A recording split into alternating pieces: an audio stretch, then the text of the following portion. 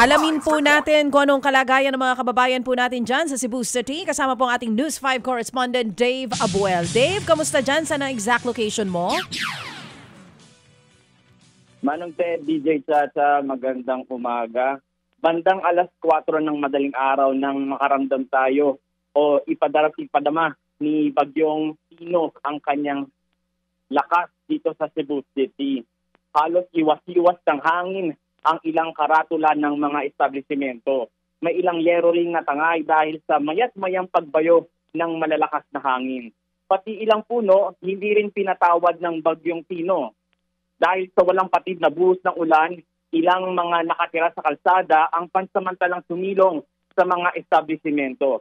Ilang kalsada rin ang lumubog sa lagpas gutter na baha sa General Masilong Avenue dahil na rin sa pag-apaw ng katabing ilog. Sa lakas ng buhos ng ulan, halos mag-zero visibility o halos hindi makita ang mga kalsada. May ilang food cart na nakaparada sa kalsada na nakita nating tumaob.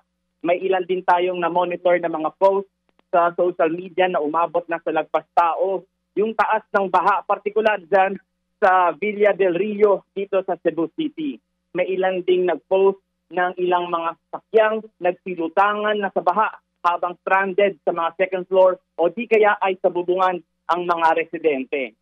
Sinubukan natin lumapit sa lugar pero may mga lugar na hindi madaanan dahil sa baha. Minesis natin yung mga residente roon pero inaantay pa rin natin sa ngayon yung kanilang mga sagot. Sa datos ng LGU, as of 2 a.m. kanina, higit 1,300 pamilya o katumbas yan ng higit 4,000 individual ang pansamantalang nanunuluyan sa mga itinalagang evacuation centers dito sa lungsod.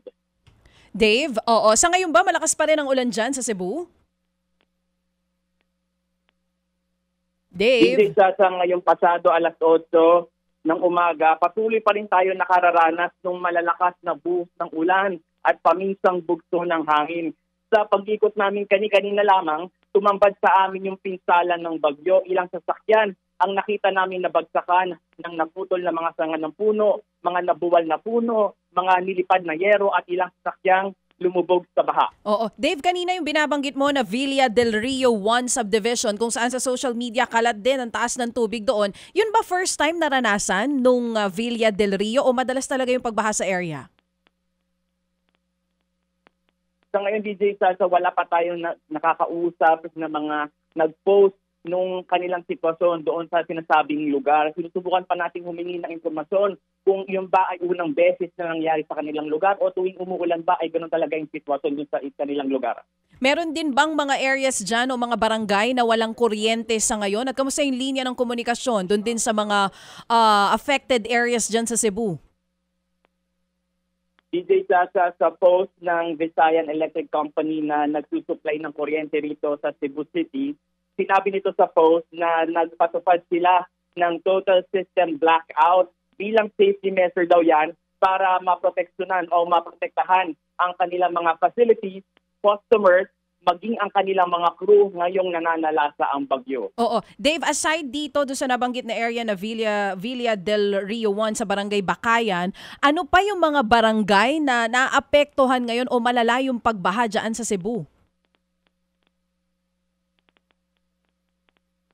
DJ Chacha, hindi masyadong maging malinaw yung tanong. Pero kung tinatanong mo ay kung may mga municipalities pa ang nakakaranas ng pagbaha, kanina nakausap natin yung PDRMO ng mismong Cebu Province. Ang sabi nito sa atin, may mga pagbaha rin na itala o na-report sa kanila doon sa Talisay, sa Mandaue, sa Consolacion at saka doon sa Mayliloan.